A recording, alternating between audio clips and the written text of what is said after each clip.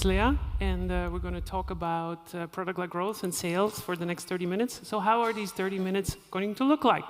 We're going to talk about what is product-led growth and sales-led growth. Then we're going to talk about a guy called Gary and why he's so problematic. Is there someone in the audience that's called Gary? Okay, very good. And then we're going to talk about product-led sales, and then we're going to talk about how to get rid of Gary. At this particular point, I will have pissed off everyone that works in sales. At this point, they will be fine with me. And yeah, so let's just start. So what is product-led growth? What are we talking about? At this point, you can see that I'm an extremely important executive in a company because I have a slide with a pyramid. It's very important to have. So what are we looking at here? We're looking at the ideal growth motions per segment. At the very top, we have the few enterprises that give you a lot of money individually. Then we have the mid-market. Then we have the lower market, so SMBs. And at the very, very bottom, we have the consumer peasant that nobody cares about. OK, actually, I need to go back a little bit. So at the very top, we have sales-led. That is really good in capturing enterprise value. And then we have product-led growth. That is at the very bottom of it. So how does it look when we are looking at classical sales-led growth? What we do usually is we're trying to attract the customer to enter the store, right? So like outbound, we're calling them up, we're telling them, come in, oh, I've got something to buy, it's really good. We're going to optimize the pitch. We're going to pay a lot of attention on the layout of our store, of our pitch. We're trying to just optimize this. And then we have some kind of individual big monetization. We try to get, with our dirty fingers, as much money out of the customer as we can. The visibility is in these two steps. And where we have visibility is where we spend our effort and our time. So in other words, we optimize whatever intent is present to convert into buyers right away. That's classical sales-led growth. The signals that a sales-led growth organization is looking for usually is deal qualification. So like, who do we talk to? Then we're trying to give them a demo, maybe a trial. Then we're going to make them a proposal. We talk a lot. And then we have some closed or we have some won deals, hopefully. In product-led growth, conversely, we establish this trust different than classical marketing or sales tactics to scale. We're trying to show value and not talking about it. So how does this look like? This looks like this. We have some kind of free user acquisition. Free user acquisition doesn't mean that the users are free. It means that they're using the free part of our product. And then we have to prove that we can retain them. Because if you cannot retain users, if you're giving them some kind of product for free, your product might be a little bit crap.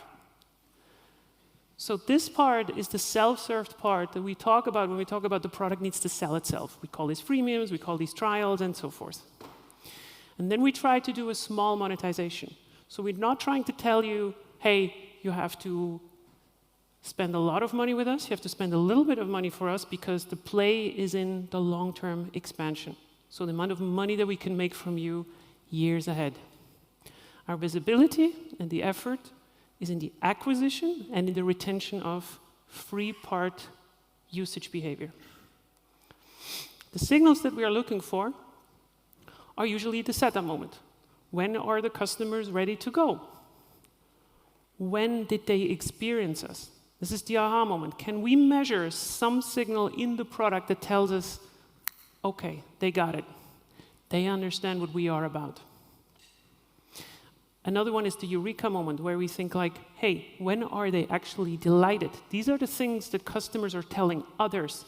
Did you know that you can do something really crazy with this particular product? This is the stuff that you talk about with others to acquire them into a product. And we have the habit moment, so some kind of time span when people have really developed a habit and never want to let go of you again. And then recommendations, of course, right? So like, how can we figure out whether someone is recommending us? And then we have the dirty monetization at the end. And this is the interesting thing, because everything that I just told you is happening before monetization. And we're going to go into this why in a second. So how does this feel like? For instance, let's say you have a PDF that is too big. You go on Google, You type in, I want to compress this particular PDF. You see a search result. This one is from small PDF. You click on it. You have a drop area. You drag this little PDF there. It's getting converted. You download it. You're done. What just happened? In the backend of small PDF, I know that all of you have gone through the setup moment. You were ready to use the product. There was no technical issue until the page was loaded. I also know that you have reached the aha moment, because the aha moment for small PDF was, did you download a document that has been changed? Were you happy with the output that you saw in the preview window? And we knew at small PDF that the time it takes from the setup moment to the aha moment is highly correlative to whether someone is going to spend money with us afterwards. We even did not require you to register with the product. We gave it to you for free, because we knew for our product this is the way to go. So typical signals that we are looking into for small PDF, I don't want to bore you with this too much, but basically like you're uploading a document, downloaded a document, did you use multiple tools on a document? Did you process a specific amount of tool or like a specific amount of documents in a specific time frame? And so forth and so forth. And this entire thing is a loop, because if you have people going through this in your free motion, they might recommend your product to someone else that is then starting again from the very beginning. So far, so good, right? Okay.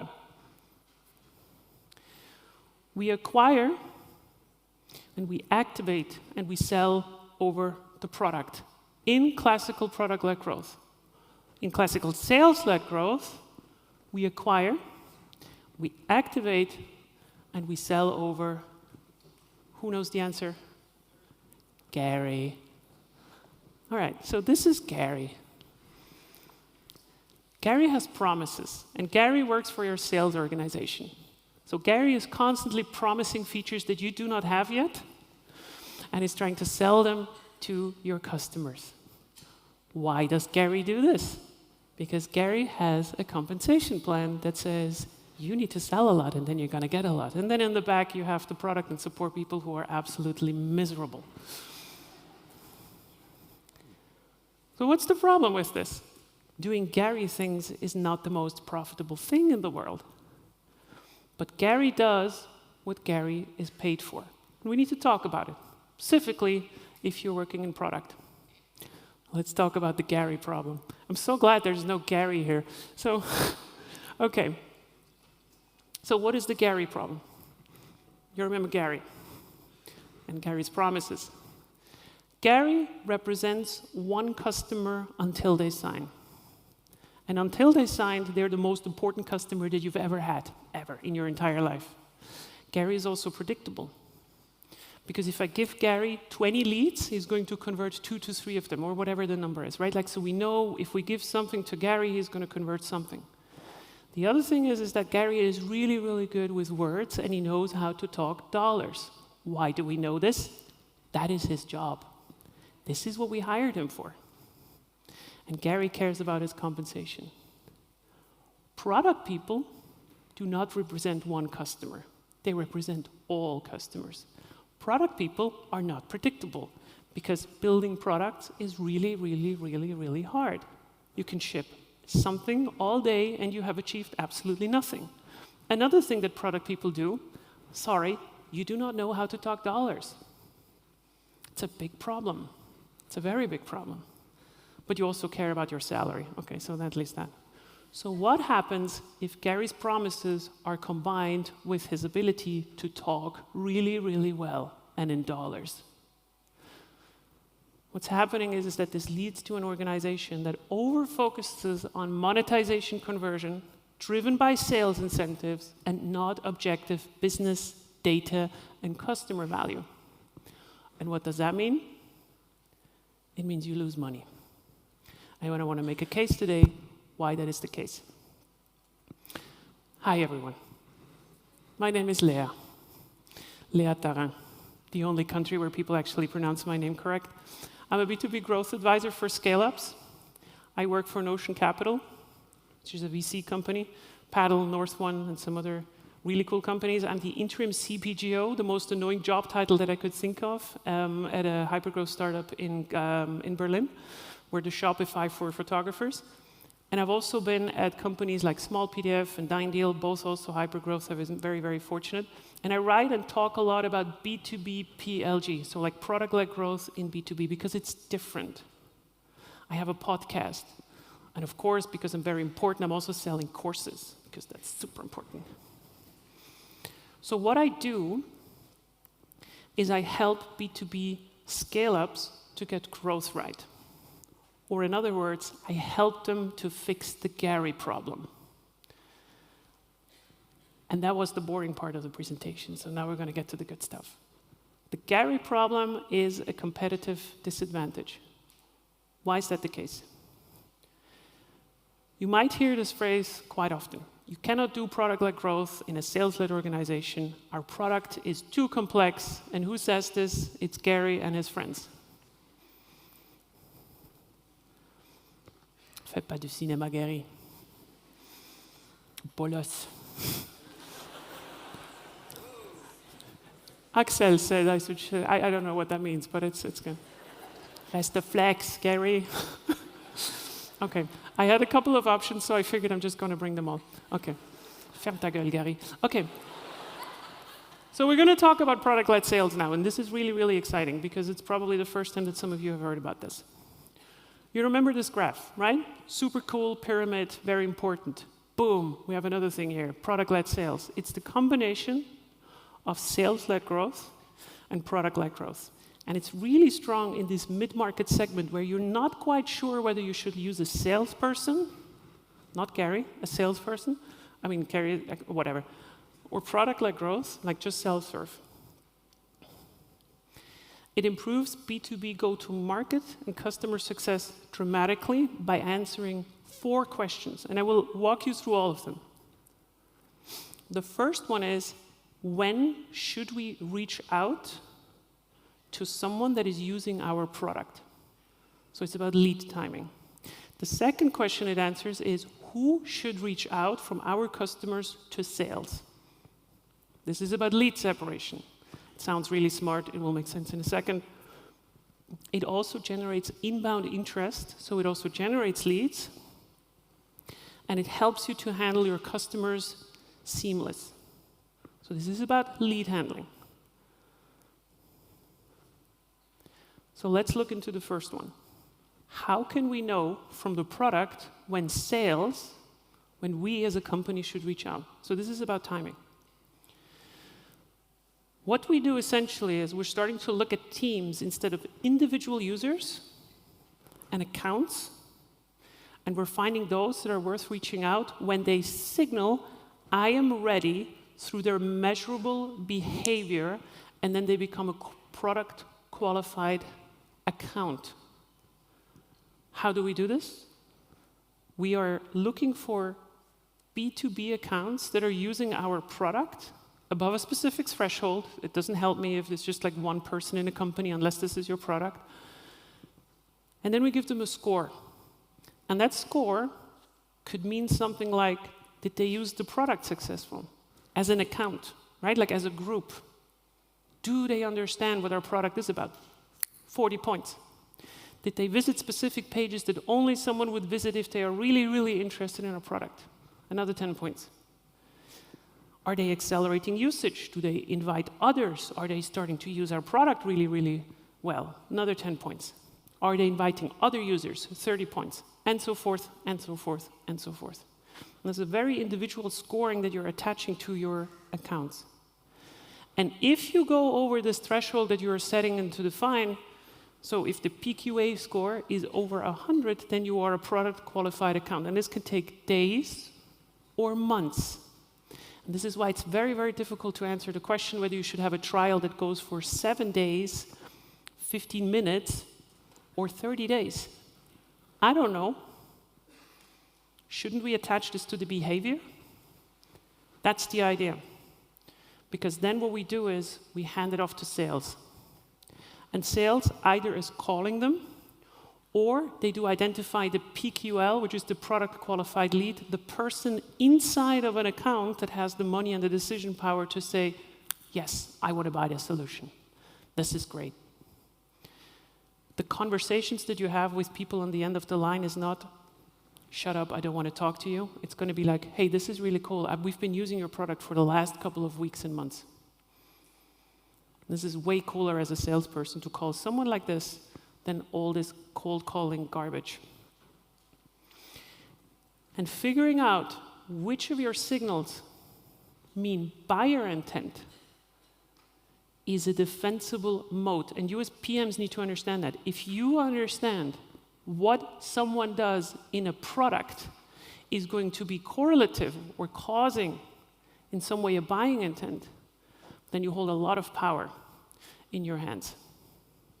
So for instance, for Slack, they knew that if an account is sending 2,000 messages within 30 days, there's a 93% chance of them buying the product in the next 7 days. So the second thing is lead separation. So who should reach out to our sales? How does that look like? If you're thinking about it like this, we have some kind of self-serve on the left-hand side, so everything is done through the website, and on the right-hand side, we have some kind of high-touch, which is Gary, whatever, like he's acquiring, he's activating, and he's monetizing people, right? So like we have these two silos. But what we try to do with lead separation is sometimes you have people who are calling that are not worth your time. They're just too little, but they want to call a salesperson anyways. So what do? We ship them back into our product. Of course, you're probably doing this already. That's not that hard, because salespeople do not want to waste time on people that do not give them money. What we do in product-led sales goes a little bit in a different way. So we're looking at firmographics. So we're trying to look how big is the company that is using right now our product through either onboarding questions, analytics, AI, and then we decide whether it's better to funnel them to sales or whether they should go into the self-serve motion. How does that look like? It might be that certain accounts do not have a contact sales button on the top right, and some do. And the customers do not know about this, right? So we're separating the deals, so no one is calling sales that should not call sales. The third thing is we're trying to generate leads. How do we do this? It's cooler than it sounds, bless you. Your self-serve funnel can create deals for your sales pipeline which you might not be aware of. Oh, sorry. First one is, if you have multiple teams from the same company in your product that do not know from each other, you have an upsell opportunity. What does that mean? It's possible that some of you have a product that is good for a little team inside of Microsoft. So you might have 4 teams from Microsoft using this product and they do not know from each other. It's an excellent opportunity to reach out to Microsoft, to the higher level or even one above and say, hey, we've been seeing that you guys have been using this stuff. Do you not want to have like a group deal for this? And yeah, that's pretty exciting. So we know more than the customers do sometimes. Another one is that deals you might not get because of commoditization. Now, what do I mean with this?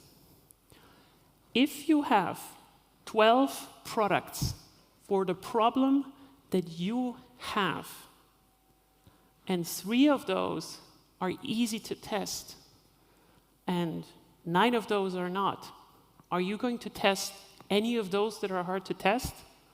You probably don't. So that means the product itself did not matter at all.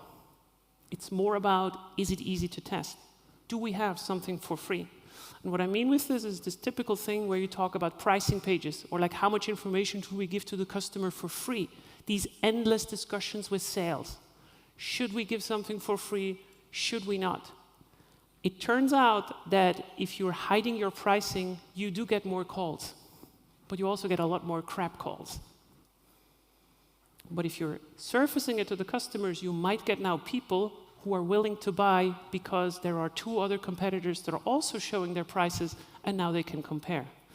I'm not going to magically convert to your product just because I'm calling your sales guy Gary, and then he's convincing me that, ooh, the 100,000 that we cost are less expensive than the 20,000 that the other person costs.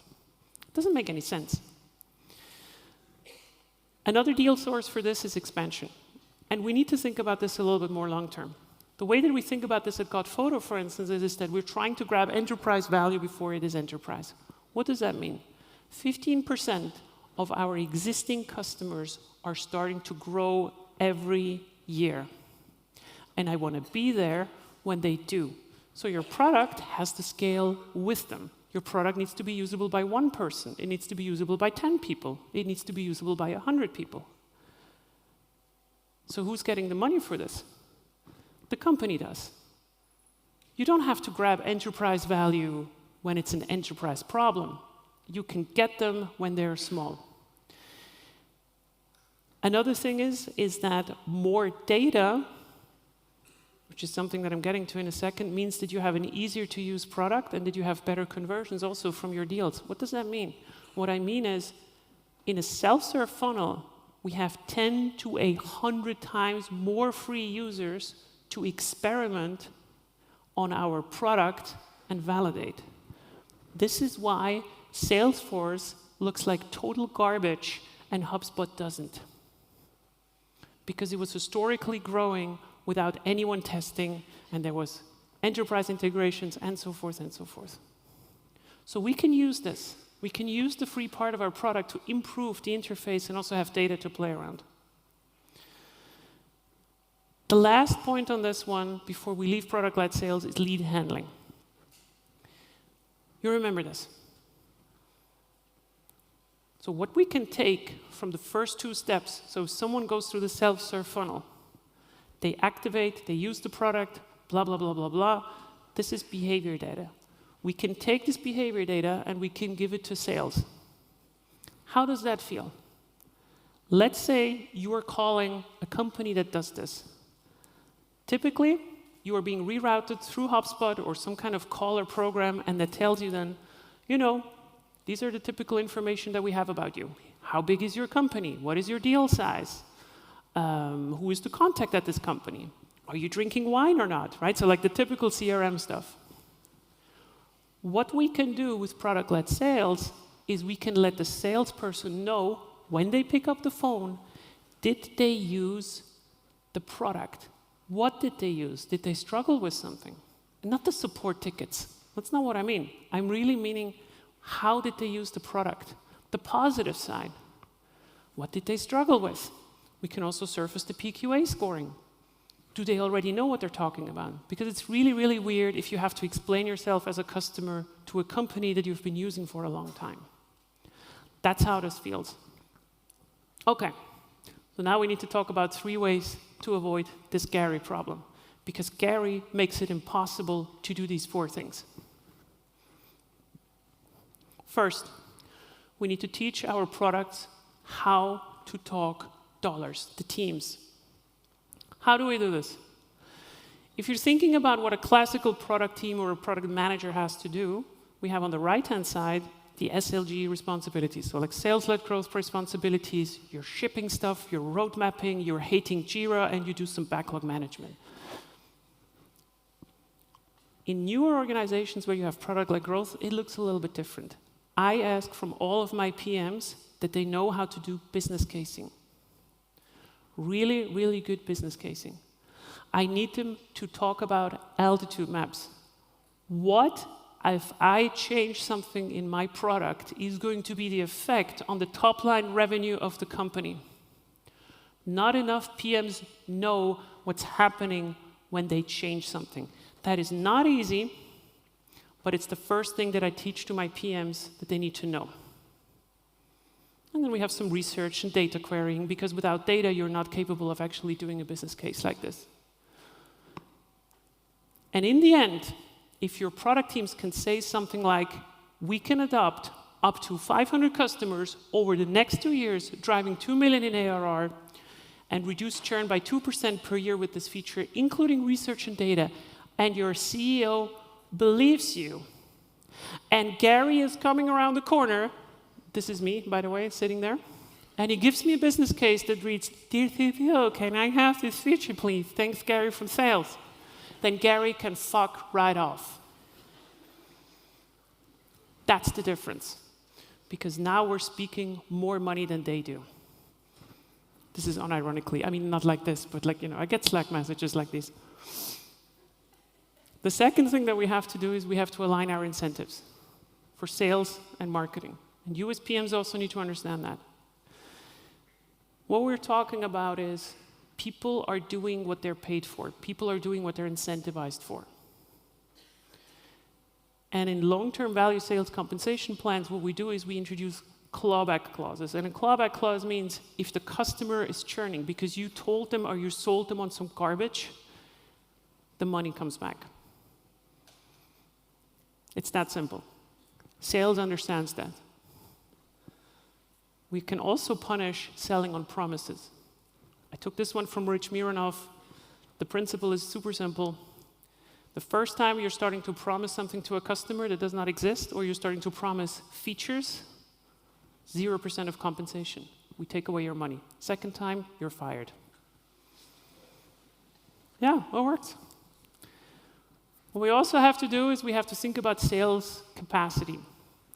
You should never have more salespeople than you have deal flow.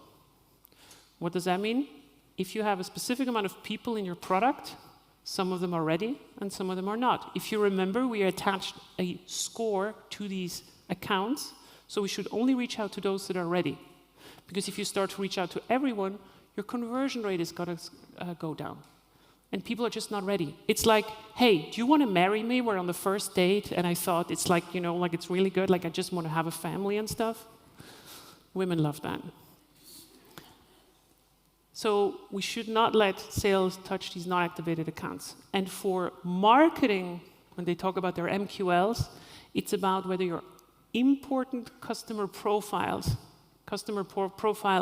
who have experienced the product is more important than those that are just paying in the next kind of week. What do I mean with that? Sometimes it can make sense to ask from marketing, how many dollars does it cost us per ICP that reaches the aha moment? Because we're going to know that they're going to convert in some place. Third one is one of my favorites. Growth teams.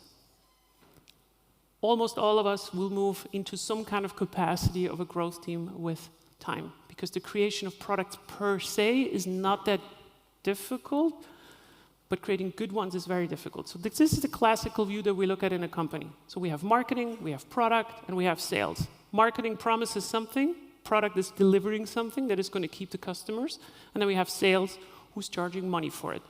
The problem with this is there is no one taking care of the avenue between. And growth teams do that. So how does that look like? These growth teams are connecting users efficient with product value, so sign-up flows. Should we ask a question? Should we onboard the customer? They do not change the product, they do not bring new users, but what they own is the percentage between. Those are the typical metrics that they have.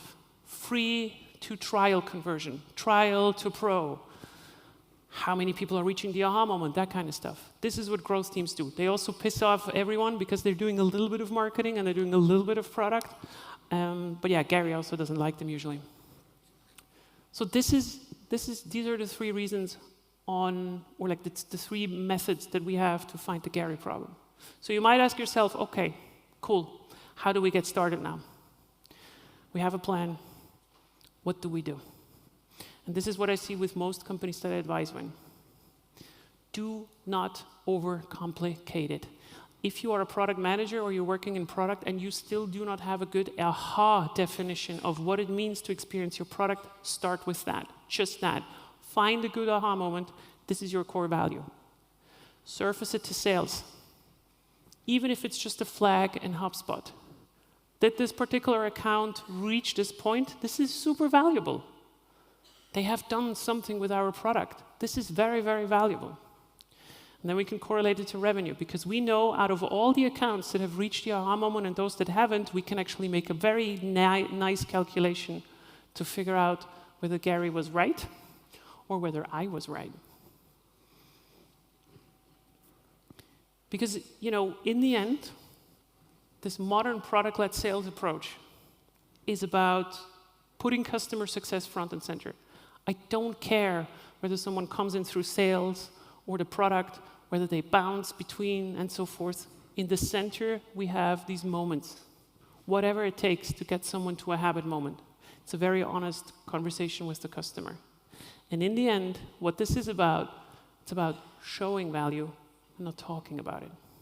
And that's all I have for you today. Thank you so much.